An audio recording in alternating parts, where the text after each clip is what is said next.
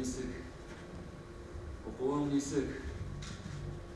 Әмеңе келгенде енді менің көңілімде екі шатлық. Біріншісі ол Сталинградтың азат етілуі. Екіншісі енді менің бүркіттәрім тур батырлықтан көрсетуі. Шул тиклем шәп бит минең егетләрем. Шул тиклем шәп. Еңе көтүп килеп еткәс, шулар менән ошо Урал бүркеттәре белән бергә булуым дип өмет итәм. Ярай.